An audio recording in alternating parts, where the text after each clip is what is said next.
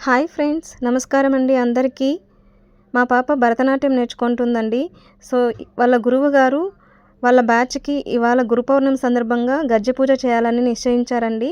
So parents అందరూ పిల్లల్ని ఇంటి దగ్గర రెడీ చేసుకొని రాజరాజేశ్వరి అమ్మవారి టెంపుల్కి తీసుకొచ్చామండి. టెంపుల్లో అక్కడికి వచ్చిన తర్వాత స్వామివారు మరియు గురువుగారు కలిసి మొదటిగా గణపతి పూజ చేశారండి. తర్వాత నటరాజస్వామికి పూజ చేశారు. తర్వాత పేరెంట్స్ చేత మరియు పిల్లల చేత గణపతికి అలాగే గజ్జలకు పూజ చేపించారండి. పిల్లలైతే చాలా ఆనందంగా హ్యాపీగా చేశారండి గజ్జలకు పూజ. సో ఈ పూజ అయిపోయిన తర్వాత మొదటిగా పిల్లల్ని ధాన్యంలో నిలబెట్టి వాళ్ళ గురువు గారే వాళ్ళ పాదాలకు గజ్జలను కట్టడం జరిగిందండి. సో గజ్జలు కట్టించి మొదటిగా ధాన్యంలోనే ఒక సాంగ్కి పెర్ఫామ్ చేపించారండి. పిల్లలైతే చాలా భయపడుతూ వేశారండి. ధాన్యం బయట వెళ్ళకూడదన్నారు క్లాత్ దాటి. సో దానివల్ల చాలా స్లోగా కొంచెం తడబడుతూ వేశారు. తర్వాత 3 సాంగ్స్ ధాన్యం తీసేసి నార్మల్గా వేశారండి. చాలా బాగా చేశారండి. చూడండి ఫ్రెండ్స్, ఇలా ఉన్నారండి మా పిల్లలందరూ. వాళ్ళ బ్యాచ్ అండి, మా పాప కేతన వాళ్ళ బ్యాచ్ అండి. వీళ్ళందరూ చాలా చిన్న పిల్లలండి, అందరూ బిలో 10 years అండి. చూడండి ఫ్రెండ్స్, చాలా బాగా వేశారండి పిల్లలైతే. అంటే ఒకరిద్దరు కొంచెం 12 years ఉన్న వాళ్ళు కూడా ఉన్నారండి. కానీ మోస్ట్ ఆఫ్ ద స్టూడెంట్స్ అయితే బిలో 10 years ఉన్నారండి. చాలా చక్కగా ఉన్నారండి. వీళ్ళని మేకప్ చేసిన తర్వాత చాలా బాగా అనిపించింది. మేకప్ చేసిన తర్వాత మాకైతే మా పిల్లల్ని చూస్తే వీళ్ళేనా అనిపించింది. వీళ్ళని మేకప్ చేయడానికి కూడా వాళ్ళ గురువుగారు ఒకరోజు పేరెంట్స్కి క్లాస్ తీసుకోవడం జరిగిందండి. వాళ్ళు గురువుగారే నేర్పించారండి ఎలా మేకప్ చేయాలి పిల్లల్ని అనేసి. చాలా బాగున్నారు కదండి. చాలా చిన్న చిన్న పిల్లలు ముద్దు ముద్దుగా చాలా బాగా వేస్తున్నారు. చాలా హ్యాపీగా ఉన్నారండి. ఓకే ఫ్రెండ్స్, సో ఈ గజ్జె పూజ అయిపోయిన తర్వాత చివరగా అయితే వాళ్ళు పిల్లలందరూ స్వామివారి దగ్గర ఆశీర్వాదం తీసుకున్నారండి. తర్వాత వాళ్ళ గురువుగారి చేత గురుదక్షిణ ఇచ్చి అందరూ ఆశీర్వాదం తీసుకున్నారండి. సో ఫైనలీ సక్సెస్ఫుల్గా గజ్జె పూజ అయితే కంప్లీట్ చేసుకున్నామండి.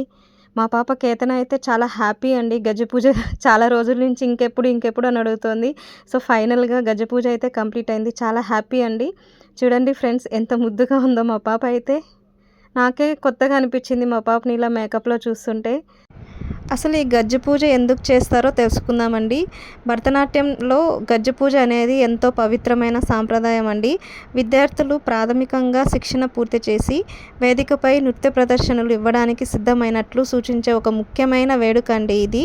సో గజ్జలను దైవ స్వరూపంగా భావించి పూజ చేసి నృత్య కళను ప్రసాదించిన దేవుడికి, గురువుకు కృతజ్ఞతలు తెలియజేస్తూ విద్యార్థులు ఇకపై మరింత బాధ్యతతో నృత్యాన్ని అభ్యసించాలని సంకల్పం చేసుకొని ఈ పూజ చేస్తారండి. పూజా విధానం అయితే మొదటిగా అయితే మనకు నటరాజ స్వామిని, గణపతి స్వామిని అండ్ సరస్వతి దేవతని మరియు గురువుకి నమస్కరించి పిల్లలు గజ్జలకు పసుపు, కుంకుమ, పూలతో అలంకరించి పూజ చేస్తారండి పేరెంట్స్ మరియు పిల్లలు. సో పూజ అయిన తర్వాత గురువుగారు ఆశీర్వదించి విద్యార్థుల కాళ్ళకు తొలిసారిగా గజ్జలను వాళ్ళే కడతారండి. సో గురువుకు పాదాభివందనం చేసి ఆశీర్వాదం తీసుకుంటారు. ఫైనల్గా సింపుల్గా చెప్పాలంటే మనకు గజ్జె పూజ అంటే భరతనాట్యం నేర్చుకునే పిల్లలు విద్యార్థులు గజ్జలను మొదటిసారి గురువుగారు ఆశీర్వదించి ధరిస్తారండి.